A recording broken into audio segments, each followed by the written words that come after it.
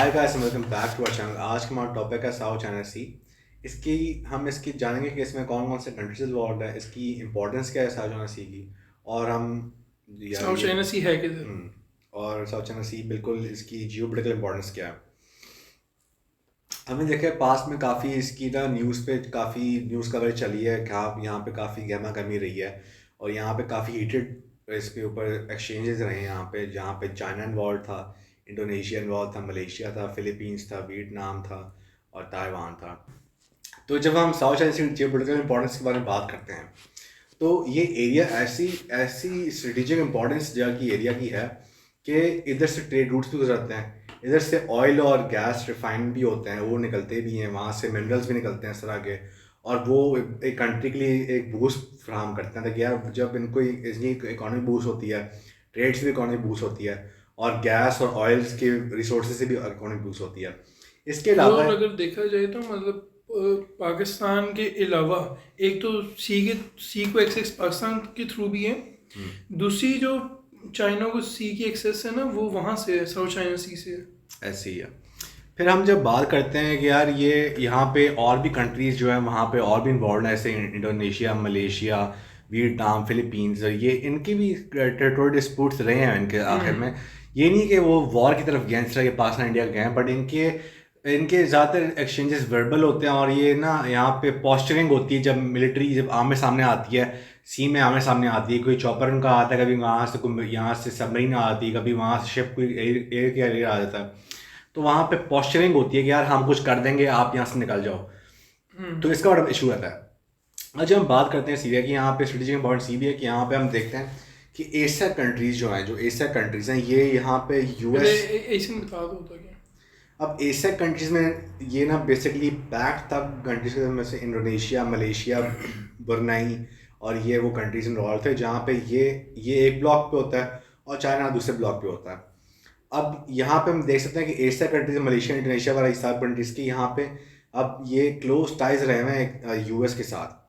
और आपको पता ही है जब यूएस के साथ क्लोज टाइज रहेंगे तो वो चाइना के खिलाफ हो गए उसके। अब जैसे मूसा, आपको पता है ताइवान में जो इशू चल रहा होता है कि ताइवान का भी काफ़ी ना यहाँ पे चाइना कहता क्लेम करता है कि वो उनका पार्ट है। हाँ, ताइवान भी और हांगकांग भी। हांगकांग भी और ताइवान भी। हांगकांग तो खैर वो मेनलैंड में आता है, ताइवान तो अब देखा कि बिल्कुल वो एक और जगह पे आइलैंड है। हाँ, तो इस तरह के आप अगर अब मैप्स को क्लोजली आप देखेंगे तो आपको पता चलेगा कि ताइवान और ये सभी जो मलेशिया का हम बारे में देख रहे थे। मलेशिया एक कंट्री जो है, उसके एक पार्ट कहीं और है, दूसरा पार्ट कहीं हाँ, और, इस बीच में कौन कंट्री है। ऐसे ही है।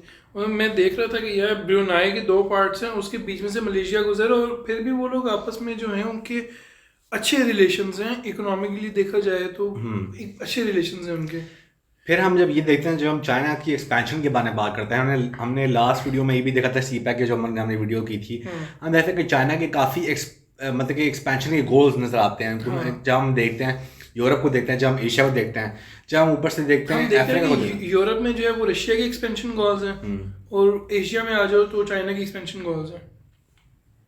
बट मसला ये होता है जब आपके ये एक्सपेंशन गोल्स किसी और कंट्री के खिलाफ चल रहे हो, क्योंकि हर किसी कंट्री को अपनी उनके मफाद पहले देखना होता है। अब जब उनके पास एक रूट अवेलेबल है, वो कोई और बंदा रूट यूज़ कर रहा है, या जो रूट डिस्प्यूटेड है वो कहते हैं कि रूट हमारा है और कोई कहता है यार हमारा है, तो तब वहाँ मसला खड़ा हो सकता है। अब पाकिस्तान इंडिया के खिलाफ तो ऐसे ही जो रूट्स का मसला था, जो कश्मीर का मसला चल रहा है, ये तो वर्बल से आगे निकल जाता है ना, ये तो वॉर की तरफ निकल जाता है। बट यहाँ पे अभी भी वैसे हम कुछ चीज़ देख नहीं रहे जहाँ पे फुल ऑन वॉर हो रही है। यहाँ भी काफ़ी न्यूज़ में देखने को मिलता है कि कभी ना कभी यहाँ पे आमने आमना सामना हो जाता है यहाँ पे कंट्रीज़ का, बट कभी वॉर तक जाते नहीं हैं।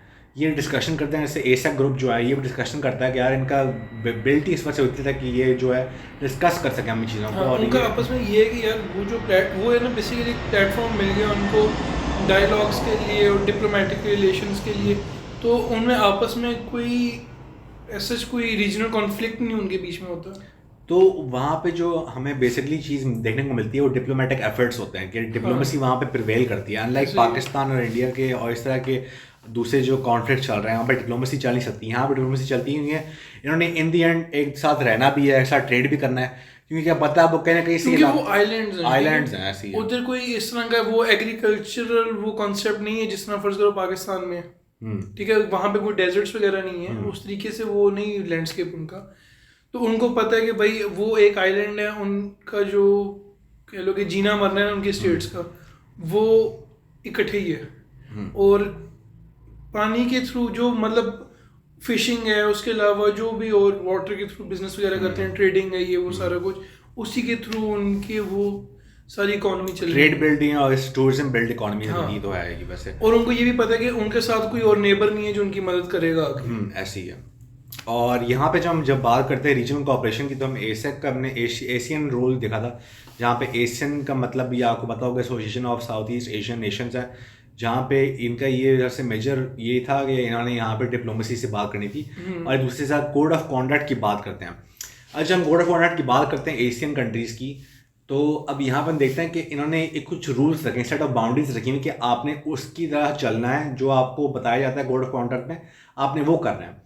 तो एक सेट ऑफ गाइडलाइन मिल जाती है कंट्रीज को कि आपने क्या करना है, आप क्या कर सकते हो क्या नहीं कर सकते हो। अच्छा, कुछ कंट्रीज होते हैं जो कि ना इसके खिलाफ भी जाते हैं। वो खिलाफ इसलिए जाते हैं क्योंकि उनकी ना वो जो कह लो कि ट्रेड रिलेशंस या इस तरह के रिलेशंस होते हैं चाइना के साथ, तो वो चाइना को अपसेट ना करने के चक्करों में वो फिर उन स्टेट्स के खिलाफ भी जाते हैं, वो उन कोड ऑफ कंडक्ट के खिलाफ जाते हैं।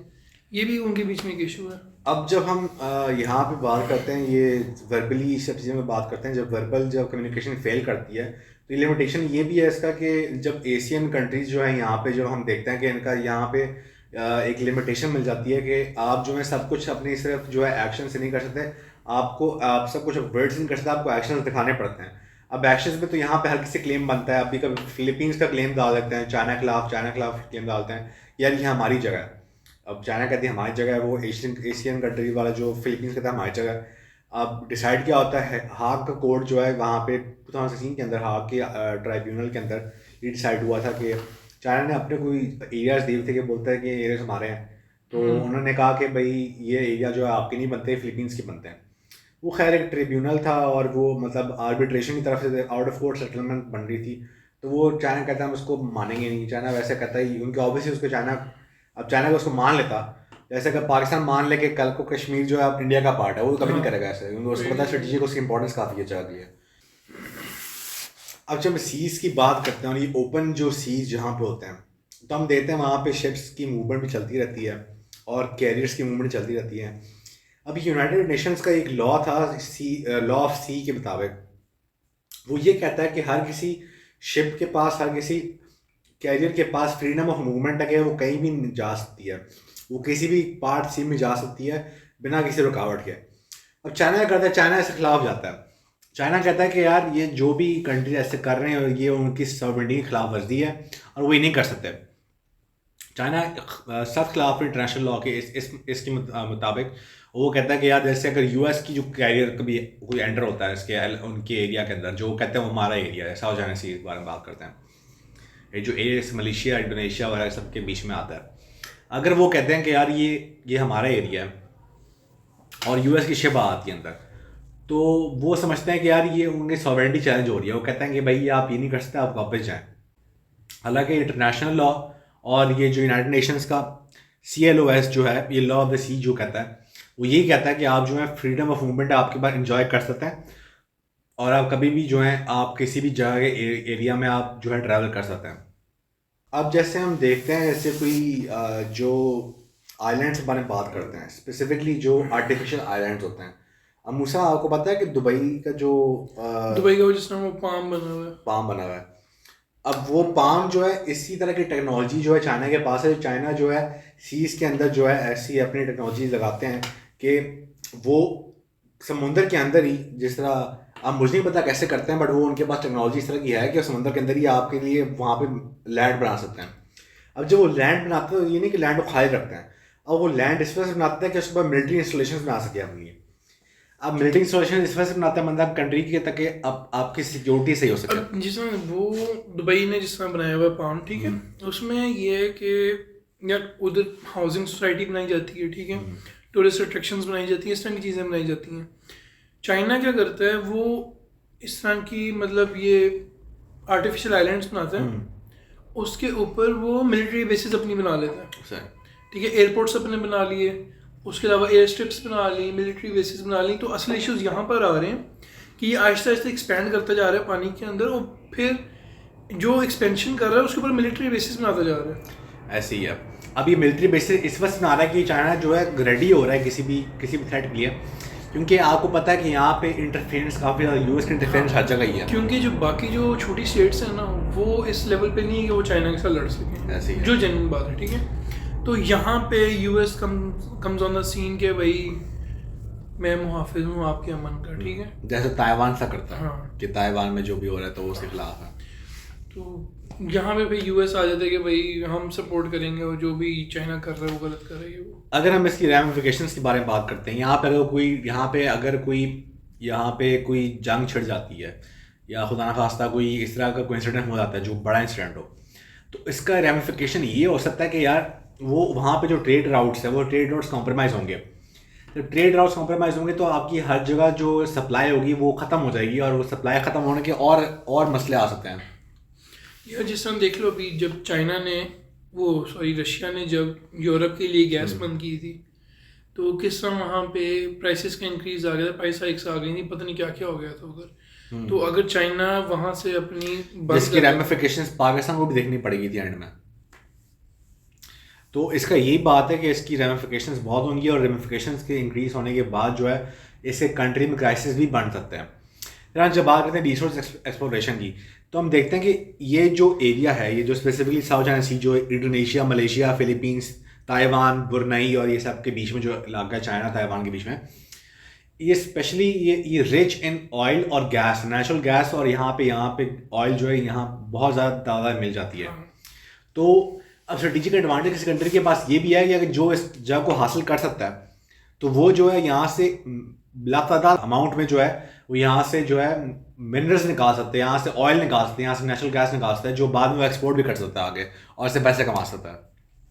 फिर हम यहाँ देखते हैं यहाँ पे एक बहुत बड़ी फिशिंग इंडस्ट्री भी है, क्योंकि ऑब्वियसली सी तो खुला सी है वहाँ चारों तरफ। जब सी है भैया आपके तो फिशिंग इंडस्ट्री तो होगी। बट ये है कि इसको ख़तरा भी है कि अगर यहाँ पे कोई जंग छिड़ जाती है, कुछ हो सकता है, तो फिर यहाँ पे फिशिंग इंडस्ट्री भी ख़राब हो सकती है। मज़े की बात ये है कि चारों तरफ आपके सी है, ठीक है, जो आइलैंड्स हैं जिनके इश्यूज चल रहे हैं। तो सबसे मज़े की बात ये है कि यार उधर स्नोफॉल्स वगैरह नहीं होती, या उधर वो कह लो कि आइस कैप्स टाइप की नहीं चीज़ें उधर। तो उधर जो है ना वो फिशिंग इंडस्ट्री जो है वो ज़्यादा ब्लूम करती है, ठीक है। एक ये भी फ़ायदा उस जगह का। अब हम जब इसके बारे में बात करते हैं, यहाँ पे इकोनॉमिक कॉन्फिडेंस की बात करते हैं, तो इसमें मसला ये है कि अगर यहाँ पे कॉन्फ्लिक्ट स्टार्ट हो गया तो यहाँ पे कंट्रीज़ के बीच में इकोनॉमिक कॉन्फिडेंस जो है यहाँ पे कम हो जाएगा, और वो कंट्री नहीं रह करेंगे उन कंट्रीज़ के ऊपर कि वो बोलेंगे यार यहाँ पे फ़ायदा है कि हमारे यहाँ पे जंग करते रहते हैं, यहाँ पे आए दिन कोई ना कोई पॉस्चरिंग चल रही होती है, कोई ना कोई कोई सबमरीन भेजता है, कोई अपना कैरियर भेज देता है, तो यहाँ से कंट्रीज़ के ऊपर कॉन्फिडेंस जो है यहाँ पे कम हो जाएगा।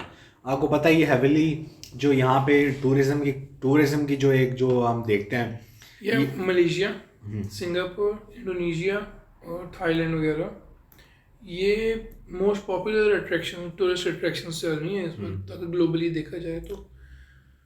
और मतलब हम देखते हैं आए दिन किसी ने अपना व्लॉग डाला होता है, किसी ने कोई अपनी और इस तरह की वीडियो डाली कि वो ट्रैवलिंग करने की इस कंट्री में आए होते हैं, फिलीपीन से में आए होते हैं, थाईलैंड में आए होते हैं, इंडोनेशिया, मलेशिया में आपको वो बाली है, बाली मलेशिया, ये बैंकॉक वगैरह जो है। अब जब हम देखते हैं यहाँ पे शिप्स भी जा रही हैं, यहाँ पे मारटाइम और भी यहाँ पे मिशंस चल रहे हैं, यहाँ पे यूएस की अपनी यहाँ पे फोर्सेस आती हैं और वो अपनी मिशंस कर रही हैं। वो कहती हैं कि हमारे पास राइट टू मूवमेंट है यहाँ पे अंडर द यूएन का कन्वेंशन जो है, जहाँ पर हमने बात की है फ्रीडम ऑफ मूवमेंट की, LOS की। तो यहाँ पे हम देखते हैं कि यहाँ पे मरीन लाइफ का भी डिस्टर्ब होती है, क्योंकि इतनी ट्रैफिक यहाँ से गुजर रही है, तो यहाँ पे स्पिल्स भी होते होंगे, ज़रूर होते होंगे स्पिल्स। और स्पिल्स से क्या होता है कि फिशेस वगैरह हैं यहाँ पे, और मरीन लाइफ है वो तबाह हो रही है। इसके अलावा कोरल रीफ की बात करते हैं तो वो भी तबाह होता है, और वो एक मरीन एनवायरनमेंट की और यहाँ पे इकोसिस्टम का एक इंपॉर्टेंट पार्ट है। अगर वो ख़राब हो तो यहाँ पे सारी इकोसिस्टम तबाह होती है। तो ये भी देखना चाहिए कंट्री को जो कर रहे हैं, सब कुछ यहाँ पे कर रहे हैं, यहाँ पे लैंड बना रहे हैं, क्योंकि ऑब्वियसली अब जब आप एक जगह पे लैंड बनाओगे जहाँ पे लैंड पहले नहीं था, और आप बनाते जाओगे यहाँ पे आइलैंड्स बनाते जाओगे, तो वहाँ से मरीन लाइफ डिस्टर्ब होगी ना, क्योंकि वो उनका घर था पहले और वो ख़त्म हो गया, वहाँ पे जॉब बन चुका है। ये तो ऐसी बात है जहाँ पे फॉरेस्ट तबाह करते हैं और फॉरेस्ट वाले लोग जो एनिमल्स होते हैं वहाँ से निकल वो जाते हैं, वहाँ से एक्सटिंक्ट करते जा रही है ना, काफ़ी Extinct स्पीशीज होते देखें, कोई इंडेंजर है, कोई एक्सटिंक्ट कर चुकी है। अब मतलब यार इस एक साल में भी बड़ी स्पीशीज जो हैं वो एक्सटिंक्ट कर गई हैं, कई इंडेंजर आ गई हैं, तो ये इश्यूज चल रहे हैं। अब हम इसकी जो फ्यूचर डेवलपमेंट्स के बारे में बात करते हैं तो इसका ये एक पॉसिबल सिनेरियो निकल सकता है कि यहाँ पे जो है चाइना कंटिन्यू करता है, यहाँ पे आयल्स बनाने के लिए कंटिन्यू करता रहता है, और यहाँ पे और भी यहाँ पे उनका देखेंगे यूएस जो है वो अंदर आई जा रहा है, यूएस अपने कैरियर्स भेज रहा है, चाइना उसके खिलाफ हो गया।